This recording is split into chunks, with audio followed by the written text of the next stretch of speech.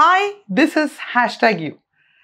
ఈరోజు ప్రపంచమంతా అన్నా చెల్లెళ్ళ బాండ్ సెలబ్రేట్ చేసుకుంటుంటే అన్నయ్య అనేవాడు ఒకడు ఉంటే చాలు మనకి అండగా నుంచుంటాడు అని చెప్పి ప్రతి చెల్లి ఆశించి రాఖీ కడతా ఉంటారు.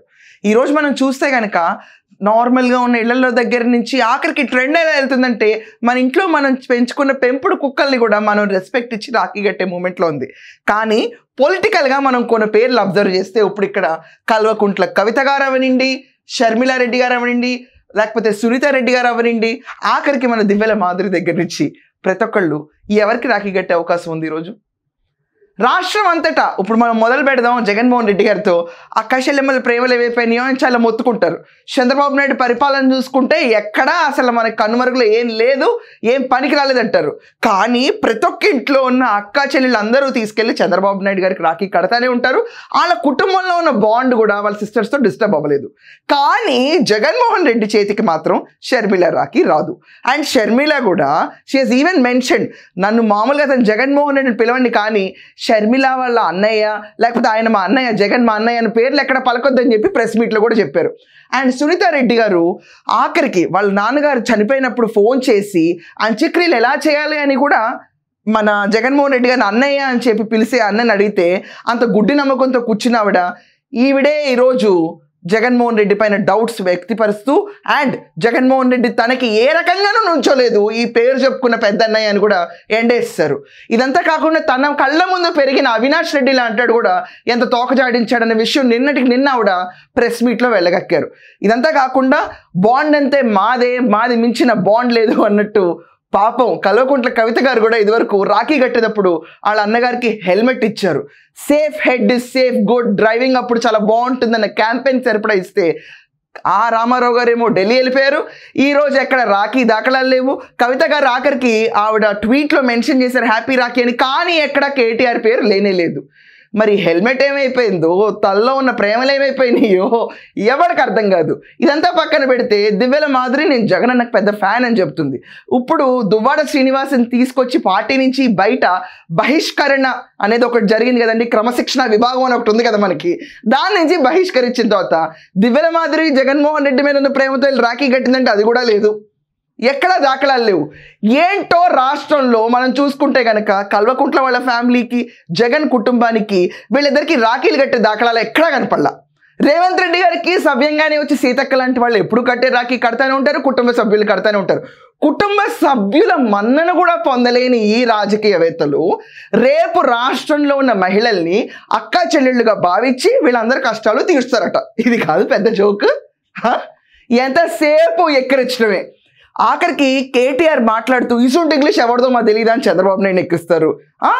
అక్కా చెల్లెమ్మల్ని నేను బాగా చూసుకున్నాను జగన్మోహన్ రెడ్డి ఎక్కిరిస్తాడు చంద్రబాబు నాయుడు గారిని.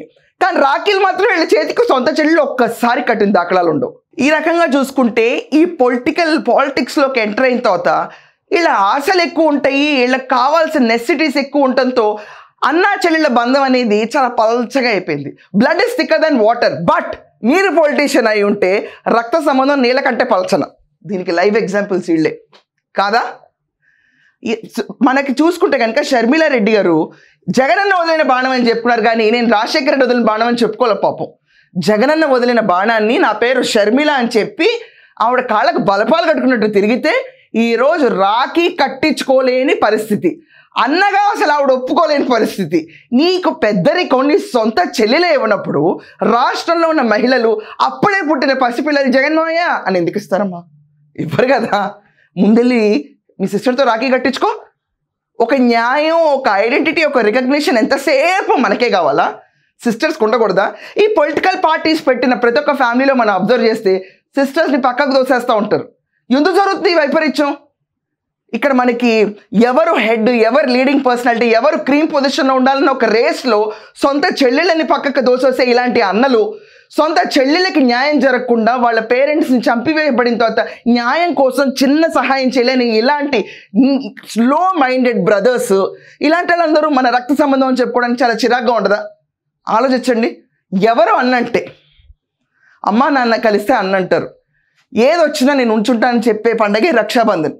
దీంట్లో ఇసుమెత్తు సహాయం చేయకుండా, ఇసుమెత్తు కాంట్రిబ్యూషన్ చేయకుండా, వీళ్ళ పర్సనల్ ఇష్యూస్లో అవ్వనండి, ఆఖరికి వీళ్ళు పైకి ఎదగాలి అన్న స్త్రీ శక్తిగా ముందుకొచ్చినట్టు తొక్కేసే ఈ అన్నలు రాష్ట్రంలో ఉన్న స్త్రీలను మాత్రం పైకి తీసుకొస్తారంట. వాళ్ళకి కోటా ఇస్తారంట, వాళ్ళకి ఎలక్షన్లో కంటెస్ట్ చేయడానికి సౌలభ్యం ఇస్తూ ఉంటారంట, మహిళలు ముందుకు రండి అంటారు, ఇంట్లో ఉన్న మహిళల్ని మాత్రం వెనక్కి తోసేసి చేతికి రాఖీ కట్టించుకోలేని పరిస్థితి. ఎలా ఆలోచించాలి వీళ్ళందరినీ? నీకు అంత మహిళా స్ఫూర్తి ఉంటే, మహిళలే ముందుకు రావాలని కోరుకుంటే, ఉమెన్ డెవలప్మెంట్కి పెద్దపీట మీరు వేసేవాళ్ళు అయితే కనుక ఇంట్లో ఆడవాళ్ళ దగ్గరికి వెళ్ళి ముందు సారీ చెప్పి రాఖీలు కట్టించుకోవచ్చు కదా. ఇంట్లో ఎవరికి పనికి రాకుండా, ఇంట్లో వాళ్ళకి తోడు నుంచోకుండా, ఇంట్లో వాళ్ళ దగ్గర నుంచి ఆదరణ పొందకుండా వీళ్ళందరికీ రాష్ట్రంలో ఉన్న మహిళల దగ్గర నుంచి ఆదరణ కావాలని కోరుకుంటారు. క్వైట్ అ స్ట్రేంజ్ ఛాలెంజ్ ఇవ్వండి. మమ్మల్ని మా దగ్గర నుంచి నువ్వు ఆదరిస్తావో, ఆదరణ కావాలని కోరుకుంటున్నావో ఏంది పక్కన పెట్టు. ముందెళ్ళి మీ చెల్లెల్ని ఎంకరేజ్ చేసి, పాలిటిక్స్లో అనుకుంటే పాలిటిక్స్లోనూ, లేకపోతే వేరే రంగంలో పైకి వెళ్ళాలంటే వేరే రంగంలోనూ ఎంకరేజ్ చేసి, వాళ్ళందరి దగ్గర మన్నలు పొంది, దమ్ముంటే వాళ్ళతో రాఖీ కట్టించుకుని మా ముందుకు రండని ఒక్క పొలిటీషియన్ని ప్రశ్నిస్తే కనుక మహిళలందరూ తోడుంటారని చెప్పి అంటే కనుక ఏమవుతుందో తెలిసిపోద్ది కదా. ఈ వైకుంఠపాళి ఎక్కే ఆరాటంలో ప్రతి ఒక్కళ్ళు రబ్ చేసి వదిలేస్తున్న బాండ్ సిస్టర్స్ని. సెంటిమెంటల్ అనేది ఒక ఎఫెక్షన్ ఆఫ్ షోకేసింగ్ లా కనిపిస్తుంది తప్ప ఈరోజు సొసైటీలో అది ఒక రియల్ నీడ్, అది ఒక రియల్ బాండ్, కొన్ని రెస్పాన్సిబిలిటీస్ నిజంగా మనలో ఉంటాయనే విషయాన్ని పక్కన పడేసి పాలిటిక్స్ కోసం వాడుకుని వదిలేసే ఒక ప్రాపర్టీ లాగా మహిళల్ని, వాళ్ళ ఇంట్లో ఉన్న ఫ్యామిలీస్లో ఉన్న ఆడవాళ్ళని వాడుకునే లెక్క ఈ వైకుంఠపాళిలో ఎక్కడికి వెళ్తారు? ప్రతి ఒక్క మహిళ చూస్తూనే ఉంటుంది ఈరోజు, వీళ్ళ కోసం నుంచునే వాళ్ళు మా కోసం నుంచునే మగాళ్ళ అని కాదా. అండ్ మోర్ ఓవర్ ఇలాంటి మగాళ్ళు నుంచోపోయినా పర్లేదు ఈరోజు ఉన్న సొసైటీలో. ఎలాంటి మగాళ్ళైనా, ఇలాంటి అంటే ఏళ్ళని కాదులేండి, ఎలాంటి మగాళ్ళైనా నుంచోపోయినా పర్లేదు. ఎందుకంటే ఉమెన్ ఆర్ ఇండిపెండెంట్. ఈరోజు షర్మిలాకున్న వాయిస్ జగన్మోహన్ రెడ్డికి లేదు, కల్వకుంట్ల కవితకున్న వాయిస్ కేటీఆర్కి లేదు, సునీతారెడ్డి గారికి ఉన్న వాయిస్ ఎవరికి లేదు ఆ కుటుంబంలో. ఆలోచించండి, ఆఖరికి దివ్యల మాధురికి ఉన్న వాయిస్ కూడా జగన్కి లేదు. ఇది కెపాసిటీ ఆఫ్ పుల్లింగ్ అంటే. ఎనీవేస్, మీరందరూ నాతో ఈ విషయంలో ఏకీభవిస్తే, ఈ రాఖీ పంచాంగం ఒకవేళ పాలిటిక్స్లో ఇలాగే రన్ అవుతూ ఉంటే ప్రజలు ఎవరైనా ఆదరిస్తారా? దీనికి కాంట్రాస్ట్గా ఎప్పుడూ కట్టించుకునే రాఖీ, ఎప్పుడూ ఉన్న ఆదరించే చెయ్యి, రక్షాబంధన్ అంటే ముందుండి ఇచ్చిన హామీని నిలబెట్టుకుంటా ముందుకెళ్ళే నారా చంద్రబాబు నాయుడు గారు, లోకేష్ గారు, రేవంత్ రెడ్డి గారు ఇలాంటి లీడర్స్ని చూసిన తర్వాత రాఖీ పండగ రోజు చాలా ఘనంగా జరుపుకోవాలని ఇన్స్పిరేషన్ ఎలా వస్తుందో, ఇలాంటి వాళ్ళని చూస్తే ఏం ఫీలింగ్ వస్తుందో మీ కమెంట్స్లో మెన్షన్ చేయండి. That's all for now. Happy Rakshabandhan to everyone. Thank you.